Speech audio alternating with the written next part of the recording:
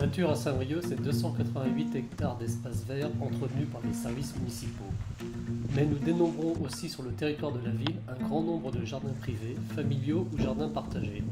C'est pour en savoir plus sur ces espaces cultivés que nous sommes allés rencontrer Jean-Marc Quédet de l'association Vers le Jardin, partenaire des projets Jardins partagés, Incroyables comestibles et Un jardin pour deux. Vers le jardin, c'est d'abord pour développer le réseau des jardins partagés. On a aussi une petite pépinière, des plantes que les gens nous apportent. On travaille aussi un petit peu autour du compostage. Les jardins partagés sont un peu les cousins des jardins ouvriers, jardins familiaux. La différence, c'est dans sa construction et dans son fonctionnement. Il y a une dimension beaucoup plus collective, participative, citoyenne dans les jardins partagés, où tout le monde se concerte autour de la table pour dire comment va s'écrire le projet de jardin partagé. Jardin au naturel aussi, ça c'est une des valeurs qui est assez présente. Cette dimension ouverte à tous. Souvent c'est des jardins qui ne sont pas fermés, mais ce sont des jardins ouverts tout le temps, où il y a des expositions, des fêtes régulières. On était un petit peu, en 2013, on a travaillé sur la saison à la Villa Rouannec, où on avait expliqué un petit peu le concept. Et du coup, il y a des personnes qui ont participé à 4 ateliers qui ont souhaité à se l'approprier et à le créer sur Saint-Brieuc.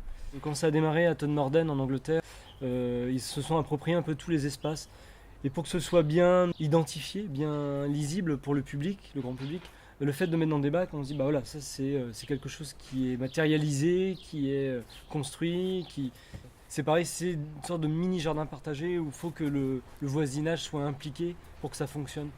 Qu'on explique un petit peu, c'est un peu nouveau quoi, de se dire bah si vous pouvez vous servir, vous pouvez cueillir des fraises, mais pas arracher de pieds de fraises. Un jardin pour deux, par contre, ce sont des personnes soit en perte d'autonomie ou un peu isolées, qui ont une maison, un terrain et qui n'arrivent plus à l'entretenir. Et l'idée, c'est que l'association et les services de la ville, on soit là pour faire rencontrer, c'est de créer un binôme et de faire appel à des bénévoles qui viendraient faire du jardin avec la personne et qui partageraient les récoltes ou des moments aussi, quoi. Des moments autour d'un café, d'un thé.